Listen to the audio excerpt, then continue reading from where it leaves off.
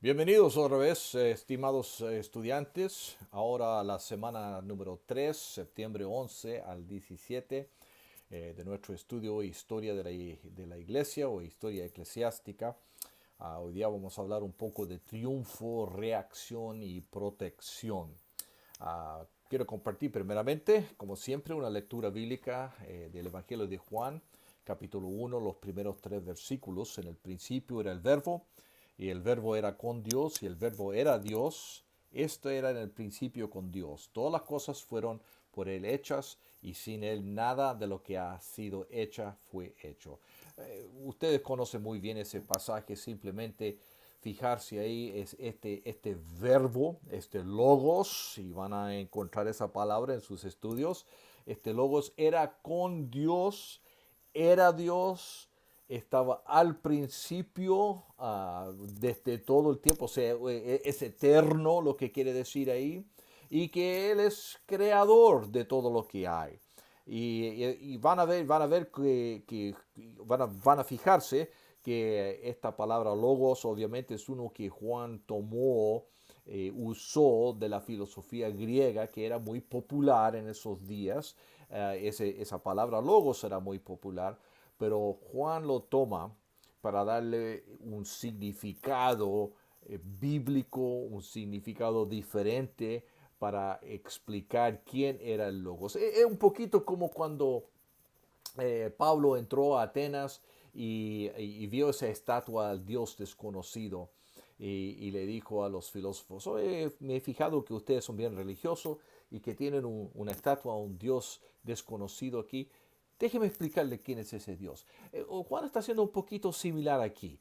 O sea, en la filosofía contemporánea esos días hablaban mucho del logos, del verbo, de la palabra. Pero obviamente tenían una idea más platónica, más griega en ese sentido.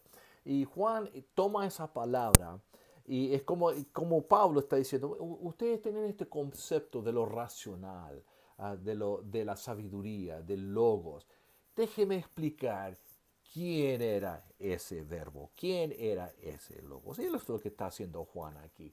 Y no es solamente un concepto ideal, impersonal, racional, pero era con Dios. Era Dios desde el principio, eternamente, y también creador de este mundo. No solamente preocupado de las cosas espirituales, pero preocupado con este mundo material porque lo creó Él también. Muy bien. Vamos a ver esta semana que la iglesia es ahora la religión preferida, la religión oficial del imperio, sea para lo bueno o para lo malo. Primero, aún en esos días no todos estaban contentos con este triunfo, se podría decir. Segundo, no significa que todos entendían las escrituras y el evangelio de la misma forma. Lo que ocurrió, y esto es sumamente importante en la historia de la iglesia y aún hoy día, es que los cristianos tuvieron que hacer preguntas acerca de la relación del Padre, del Hijo y del Espíritu Santo, y más tarde hicieron preguntas y tuvieron que decidir las respuestas acerca de la relación entre la naturaleza divina y la naturaleza humana en Jesucristo. O sea, estos cristianos obviamente creían en un solo Dios, pero ven en las Escrituras y en la enseñanza apostólica que Jesucristo y también el Espíritu Santo son tratados como seres divinos. ¿Y cómo es posible? Se hace la pregunta que haya un solo Dios, pero que el Hijo y el Espíritu Santo también son divinos. ¿Cómo es eso posible? Y ahí comenzaron las discusiones, los debates, las controversias y aún a veces las peleas doctrinales de esos días.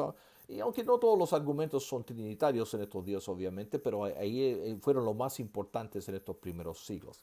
Bueno, algunos temas que van a ver aquí. Primero es que Constantino es victorioso y declara a la religión cristiana como la favorita, la oficial del imperio. Y esto determina la dirección de la iglesia, determina la cultura de Europa por siglos que vienen.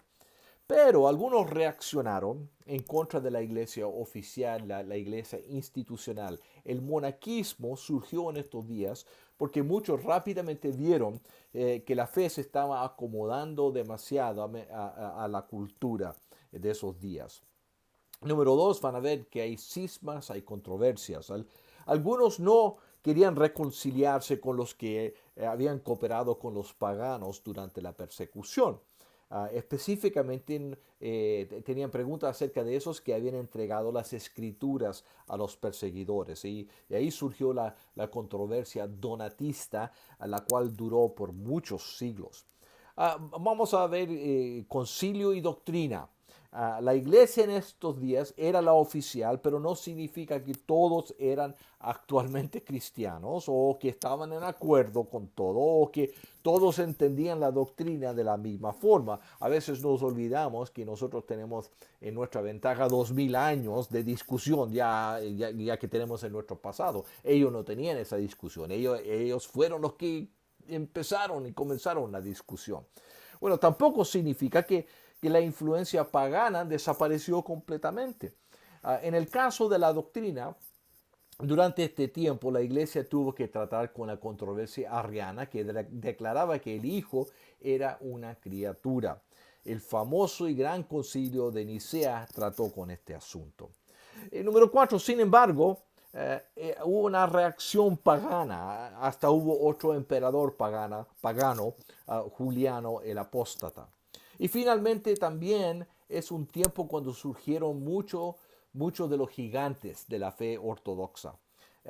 Esta semana vemos el primero, quien fue importante en el concilio de Nicea, el diácono Atanasio. Ahora algunas preguntas para hacerse, para reflexionar durante las lecturas. ¿Cómo evalúa usted este triunfo, supuestamente este triunfo bajo Constantino? ¿Fue algo bueno? ¿Fue algo malo? Un poquito de los dos. ¿Cómo evalúa las relaciones entre la política y la religión durante esos días? Número dos, ¿cómo evalúa las reacciones monásticas ante este triunfo? Estos movimientos monásticos del monaquismo, ¿era cosa buena, cosa mala? ¿Qué piensa usted? ¿Cuáles eran las quejas de los donatistas? ¿Qué piensa de ellos? Y pregunta número 4. ¿Cuál era la importancia de la controversia arriana y del concilio de Nicea? ¿Qué dijo Arrio y cómo le contestó Atanasio? ¿Es importante esa discusión todavía hoy día? ¿Y por qué?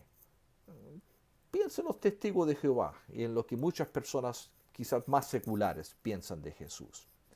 Bueno, también les toca esta semana el foro número 2 y van a estar discutiendo algunos asuntos del constantinismo y van a ver en la discusión del foro las preguntas exactas. Y quiero decirles, hermanos, mirando el primer foro que hicieron, me agrada mucho la discusión que tienen. Algunos se les pasó la mano, como decimos, en que no solamente discutieron una o dos veces, pero a veces 3, 4, 5 veces.